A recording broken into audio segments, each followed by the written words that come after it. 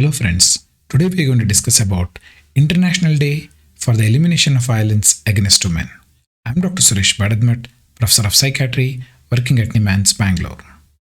Every year on 25th November, a campaign is led by UN Secretary General and UN Women since 2008 to mark the elimination of violence against women. This is a global pandemic since many centuries. The objective of this day is to prevent and eliminate violence against women around the world, calling for a global action to increase awareness, promote advocacy, create opportunities for discussion on challenges and solutions with regard to violence against women. Here, on this day, we need to educate the public on the issue of concern, raise awareness, gender sensitization, to mobilize political will and resources to address this global problem, violence against women. So if you look at the definition of violence against women, any act of gender-based violence that results in or is likely to result in physical, sexual, or psychological harm or suffering to a woman, including threats of such acts, coercion, or arbitrary deprivation of liberty, whether occurring in public or in private life. This is the definition of violence against women. Violence against women means the crimes committed against a woman of any age, caste, and creed. That means any age, from a young girl to the geriatric lady. That means from womb to tomb. Even unborn female feticide is considered violence against a woman. That means it is grave, serious offense which needs to be addressed in this society. Violence against is a manifestation of unequal power between men and women which is present since ubiquitous. That means it's a very long battle which the woman is fighting for their equal power. Violence against women is currently a major public health concern and also a human rights violation which has to be dealt seriously. One of the most widespread, persistent and devastating human rights violation in our world today remains largely unreported because of stigma, silence, impunity, shame surrounding it, and culture in the name of culture and tradition, which has been completely brushed under the carpet. It manifests in various forms: physical form, economical violence, emotional violence, sexual violence, psychological violence. Name the violence that is against women is very common. It manifests both inside the house, outside the house. Inside the house, we call it as domestic violence. Violence outside the house is basically violence done by the outsider. Globally, 1 in 3 women experience physical or sexual violence mostly by an intimate partner. That means it's a domestic violence. So, that means the woman is neither safe at home or outside. Let's understand domestic violence examples like physical violence on trivial issues, being jealous, suspicious, monitoring the activity of the woman, checking their phone, social media, email, asking for password, and also taking the password of the credit card, debit card, bank accounts, so that they are not independent. They are dependent even if they are earning also.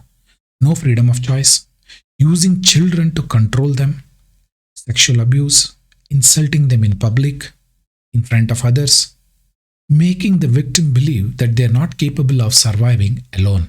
That means they need the abuser to survive. This is how the technique is played. If you look at the violence against women outside the house, sexual violence, rape, molestation, harassment, stalking, cyber harassment, bullying in the virtual world, child sexual abuse, human trafficking, female genital mutilation, assault, abortion, violation of reproductive rights. So, there are n in number. Let's understand the prevalence of violence against women. If you look at the numbers from 2000 to 2019, it is constantly increasing. Here, as per the National Crime Records Bureau, in 2020, there is a sudden dip in the violence rate. In 2019, it was 4,05,326. But in 2020, it became 3,71,503. That means there is some impact because of the lockdown or else because of the pandemic. But however, the crime outside the house has decreased phenomenally. But the domestic violence, many a time it is not reported and many a time the FIR is not done. Hence, many a time National Crime Record Bureau may not be the representation of the violence against women. So that's 3,71,503, which is decreased in 2020. If you look at the National Family Health Survey done in 2015 and 2016, it is a survey done by the Government of India, that is by Ministry of Health and Family Welfare. If you look at the report, it says 30% of the women suffer from domestic violence. Out of the 30% who suffer from domestic violence, 30% is physical violence, 30% is like the husband or the intimate partner committing the violence, 8% is sexual violence, and only 14% are looking for help. That means help seeking behavior is very less. And there was an important report submitted by the Parliamentary Committee of India. That report is report number 230. Sri Anand Sarmaji was the chairman of this report. Here, in this report, it focused on the atrocities and crime against women and children. This was tabled in Lok Sabha on 15th March of 2021. This is an important report. I request all of you to go through this report and the recommendation given by the Parliamentary Standing Committee on Home Affairs regarding this issue. If you look at the Parliamentary Standing Committee's report on Home Affairs with regard to FIR, they reported that FIR are not getting registered at the police station. That means if a woman goes and gives a complaint, invariably the FIR is delayed or else it is not reported at all. That means not only they are delaying, further, there is no end for this violence. That means FIR has to be registered. Hence, zero FIR, mandatory FIR, and if there is a delay in FIR that needs to be documented, is the recommendation of the Parliamentary Standing Committee. At the same time, they also noted low conviction rate in crime against women. They suggested that there should be a strong forensic team. At the same time, DNA examination, forensic lab should be available. And also the doctors need to be trained in examination of a woman who has been abused, either sexually or physically. At the same time, they also shared an important point. Media to show restraint and responsible behavior in reporting the cases of crimes against women. Many a time, the journalists, some of them are very insensitive. They show the photograph of the woman being abused, and they are streamed across social medias. Not only the woman has to undergo the primary assault by the assaulter or the abuser, the media is now going to assault them secondarily by portraying that image very badly. Further, and women represents only 10% in the police force. That means if the woman is not there and the man is going to take the complaint, imagine what will be the thought process of the police official who is a man who is taking the report from a woman. At the same time, it also said that all states need to integrate the helpline number as 112, so a common national helpline number available for women across the country. At the same time, there was a serious remark made by the Parliamentary Standing Committee with regard to Nirbhaya Fund. Only 38.5% has been utilized to provide support to the victims of abuse. This is a serious matter. There is a money allocated by the Government of India. The states are not using it. That needs to be considered seriously. And at the same time, the committee also recommended one-stop center should be established not only at the district, at every taluk and tehsil level. And also, they said to implement all laws protecting the women which need to be considered seriously, and at the true spirit it should be implemented. Now let's understand who are the women at risk of abuse. Women who are from the poor background, disabled, transgender, gender fluidity, lesbian, bisexual, migrants, refugees, disaster survivors, child sexual abuse victims, the woman from a broken family history of violence against women, substance use and mental illness, either the victim may have or the abuser may have, personality disorder, either the victim or the abuser. So these are the people who are at risk of being abused. Let's look into the signs and symptoms of violence against women. The abuser keeps track of everything regarding the woman. He is having pervasive jealousness, suspiciousness, keeping track of their bank account, where they are moving, mobile phone, social media, so that they are not independent. Financial hijacking, that means they will not give money even the woman is earning. Social humiliation, physical violence, controlling the social interaction and isolating from others so that he can continue to abuse that woman. Why women tolerate this violence then? In the first place, majority of them are not aware that they have been violated. That means they are trapped in this domestic violence cycle. Sometimes there is a denial, family pressure, no support from the family of origin, societal stigma, discrimination. What will happen to my children? Threat against children, fear of abandonment, economic reasons, death threat by the abuser, and endless hoping for change. So these are the reasons they tolerate. Now let's look into the domestic violence cycle. This is the commonest cycle which has been portrayed from 1970. Walker said in his book, The Battered Woman, he said that invariably there will be a phase called as honeymoon phase, where the abuser takes the confidence of the woman. He promises, gives gift, and slowly he wants to control her. Then the tension builds. He starts criticizing, yelling, swearing, and also coercion and anger. That second, from the third one, moves into explosion. That means violence, attack and threat. Once he has attacked her, now again he moves into honeymoon phase. He apologizes her. He will say sorry to them. He will start blaming that somebody else is the reason, the work is the reason. Why did you behave like this? So this phenomena continues. That is the cycle, DV cycle. And this honeymoon phase is not a true loving phase. It is a manipulative phase. Here the abuser is worried. If the woman goes and gives a complaint, what will happen to him? Or else he will be left alone. That is the reason this is called as manipulative phase. If you look at the DV cycle in clear, it is considered as a never-ending cycle. As I mentioned, honeymoon is the phase where there is a charming, idolizing, seducing, apologizing, saying that you are the best. At the same time, he may also say, I am the worst person, and playing the victim card. At the same time, he may blame the woman for not being sensitive.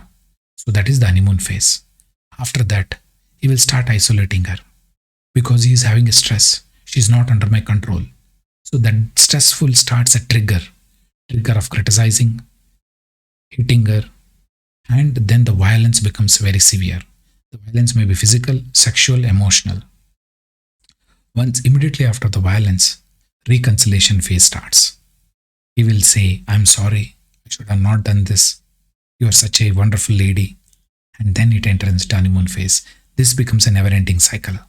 Although this looks theoretically very good, but however, the recent literature says power and control cycle is the main, not the DV cycle. Let's understand the power and control cycle. This was given by Pence, Michael, and others. This here, power and control cycle, is basically 8 types of control which is used by the person who is doing it. The violence will be physical violence and sexual violence, which is common. Either pushing, shoving, hitting, punching, and also throttling. And these kinds of physical violence, there are 8 types of techniques they use. Threat and coercion, intimidation, emotional abuse, isolating them, denying and blaming them, using children to abuse the woman, male privilege, I'm male, I can do whatever I want, and economic abuse. So this power and control is the main source. Why does DV cycle has been disregarded? The simple reason is whenever you ask a woman, is there a pattern the abuser does this? The woman says, I don't have any idea. I don't know when he will abuse me, when he will shout at me, when he will break things. That means there is not a set pattern. The woman is not able to identify. She finds it very difficult to predict him. That is the reason power and control is seen in any form. Either it may be verbal, emotional, economical, sexual, physical. So the power and control is there and it is never ending and it occurs every minute. Hence, the woman feels completely trapped without even a breath of air being fresh so that she can breathe normally. So the honeymoon phase is not at all there. What to do if I am the survivor? Imagine if a lady feels that she is the survivor or she is the victim of the domestic violence, what she should do? Seek help. Unless you seek help, nobody is going to help you. Talk to family members, talk to relatives, talk to friends. Please understand, there is no justification for physical violence. Even you may be at fault, but that doesn't mean that anybody can hurt you. That means there is no justification for physical violence. Try to look for the pattern. Although I mentioned there is no set pattern, but however, some people take substance use and then they assault. So whenever they are drunk, try to avoid those people. Develop an escape strategy. That's very essential. Without escape strategy, you are caught inside. So the escape strategy looks into economical, where to go, where to find the solace, shelter. At the same time, keep all important records with trusted family friends. It may be marks card, passport, maybe money, other property documents. So try to keep them with the trusted member. Educate yourself. Make aware of your rights. Look for local helpline. See is there any NGOs in the vicinity. But important is break the silence. Fight back by legal mechanism. Develop some help codes. If you are communicating with your friends, say this is my code. When I talk to you, if I use this word, that means I have been abused. I require help. At the same time, do not get trapped in the domestic violence cycle. Suppose if your friend is a survivor, that means if your friend is being abused, what you should do? Stay in touch with them. Be creative to be in touch with them. Talk to them regularly. Make reasons to contact them. Plan. Be in connect with them. Believe them if they say that they have been abused. Respect their privacy. Take consent before you inform police or escalate the issue to others. Because many a time we don't know under what circumstances they are there. And many a time they may withdraw the complaint itself. Hence, you have to be very, very sensitive. Share resources. And before you escalate the issue, please take consent from the person who is being abused. Now the question is, what is the role of the society? Stop stigma and discrimination of the victim. Reprimand the abuser. Support and empower the victim. Facilitate the victim to take decision. Educate the female children. Gender sensitization to all male children. And we need to create a violence-free society. And if possible, every society should have a helpline to prevent violence against women. Now the question is, what is the role of the government? Free accommodation to the victims. Set up counseling centers in various places. Online counseling centers. A system in a place to allow women to report abuse. It may be in pharmacy, it may be in shops, where she may go in the pretext of buying something and she can give a complaint. Unemployment pension, free legal aid, more women in police force. That means women can approach the police easily. Prosecute the abuser. Have a zero violence policy in your place. Implementation of laws protecting the woman against violence. To conclude, my dear friends, violence thrives only in silence. Hence, break the silence. Make the world know about the abuser. The danger of staying in an abusive relationship is far worse than quitting it. So please break the silence. Contact Free Legal Aid Clinic. Every district court complex has district legal service authority, and also every taluk court has taluk legal service authority. Browse for helpline and find the helpline. Have an escape plan. Remember, break the silence. Do something. Do not hide. Do not ignore it. If you stand against the violence, that means you are standing for all women. Thank you for giving your valuable time. Stay safe.